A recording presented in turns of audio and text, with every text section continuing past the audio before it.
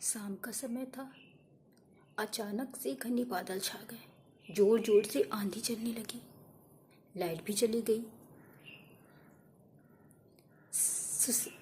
सुशीला अपने कमरे में बिल्कुल अकेली थी। वो सिसक सिसक के रो रही थी, बहुत रो रही थी। उसकी समझ में नहीं आ रहा था कि वो क्या करे। वो जिंदगी से बहुत परेशान थी।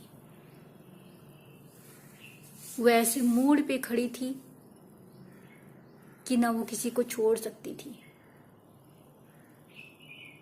ना किसी को जोड़ सकती थी।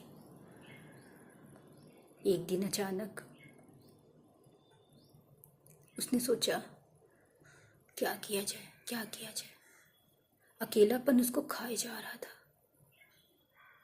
आंधी चलते ही उसे डर का अनुभव हुआ, लेकिन फिर उसने सोचा, किससे डरना।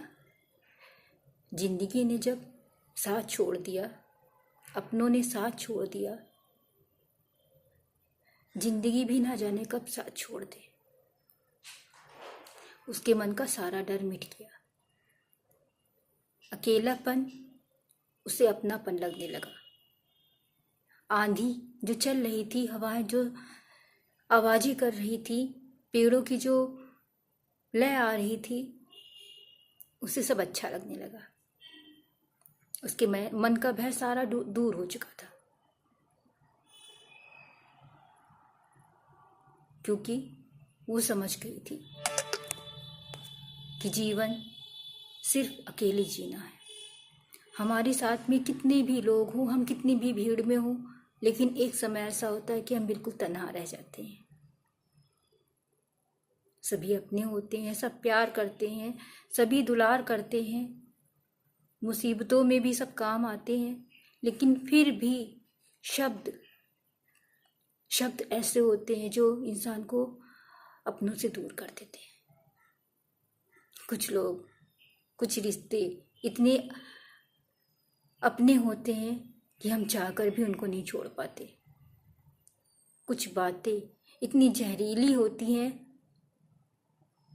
कि एक जहर की शीशी भी उस शब्दों के आगे बेकार हो जाती है।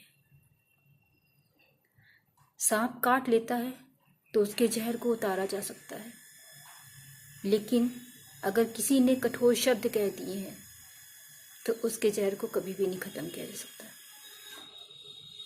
इन्हीं सब सोच विचार में सुशीला रोए जा रही थी। तभी अचानक उसे किसी के आने की आहट सुनाई पड़ी। उसने झटपट अपने आंसू पोंछे और मुस्कुराती हुई दरवाजे पर पहुंच गई, इस तरह से कि जैसे कुछ हुआ ही ना हो। दरवाजा खोला, उसका पति घर आया। बहुत खुश हो गई। उसने कहा, आइए। उसने उसे चाय पानी खाना दिया। उसके बाद वो अपने काम में लग गई। अब अकेलापन दूर हो चुका था।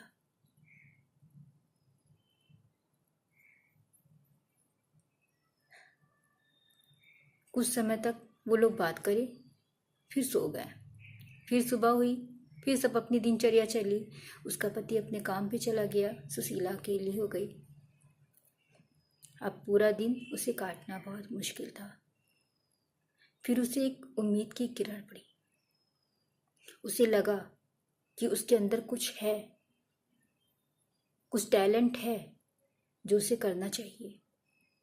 वो उठी और उसने अपने आप को खोजने की कोशिश की। खुद को खोजा, अपने आप को स्वयं से खोजा। उसने देखा कि मेरे अंदर क्या है। क्या मैं कलाकार हूँ? क्या मैं गायक हूँ? क्या मैं एक्टर हूँ? उसने अपने आप को परखा। परखते परखते उसे समझ में आ गया कि मेरे अंदर तो सब कुछ है, लेकिन उसे मैं पहचानती नहीं। हाँ दोस्तों, अगर आप गाएंगे तो आप गायक बन जाएंगे। क्यों? हमें लय नहीं आती, हमें ताल नहीं आती, हमें कुछ भी नहीं आता। फिर भी आप अपने आप में एक गायक हैं। भले ही आपकी आवाज़ अच्छी ना हो, भले ही आपके सुर ठीक ना हो, लेकिन अगर आप गाते हैं तो ऐसा लगता है कि आपसे अच्छा कोई सिंगर नहीं। अगर आप आर्ट बनाते हैं तो हो सकता है आपसे आर्ट ना बने, लेकिन जब आप बनाते हैं और उसमें खो जाते हैं, अपनी कल्पनाओं की शक्ति में चले जाते हैं दुनिया में, तब तो वो रेखाएं अच्छे से बन जाती हैं। वो जो आर्ट है वो अपना हुनर दिखा देती है। तो आप तो आर्टिस्ट भी हैं। और हाँ दोस्तों, हमने तो सुना है आपके अंदर तो एक्टिंग का भी टैलेंट है। कैसे? अगर हम किसी की नकल उतारते हैं और अगर हम उतार लेते हैं तो हुए ना एक्टर। ऐसा तो दुनिया में कोई भी नहीं है जो किसी की नकल ना करे। एक छोटा बच्चा भी अगर आप उसे कुछ सिखाते हैं या करते हैं तो वो भी नकल करता है। तो आप तो एक्टर भी हैं। बस करना क्या है, हमें अपनी प्रतिभाओं को खोजना है, उन्हें बाहर निकालना है और दुनिया के सामने लाना है। तो क्या पता ये दुनिया जो हमें गैर लगती थी वो अपनी हो सकता है। इतनी करोड़ों की आबादी में हम किसी को जानते नहीं, पहचानते नहीं, लेकिन वो सब हमें जानते हैं, वो हमें पहचानते हैं, क्योंकि हम दूर होकर भी उनके पास हैं। हमें अपनी गिनती 1 में नहीं 1 करोड़ में करनी है। ये सारी बातें सीमा को समझ में आ गई। अब उसके मन का अकेलापन दूर हो चुका था। वो खाली समय में कभी हंसती, कभी गाती, कभी पेंटिंग बनाती, कभी डांस करती और उसका समय बीत जाता। शाम होती, उसका पति आता, उससे हंसती, बोलती, चाय पीती, खाना खाती और दोनों लोग बातें करते करते सो जाते। अब उनका अकेलापन दूर हो चुका। तो दोस्तों, अकेले हम नहीं होते, अकेले हम नहीं होते। हमारा आईना, हमारी हस्ती हम स्वयं बनाते हैं।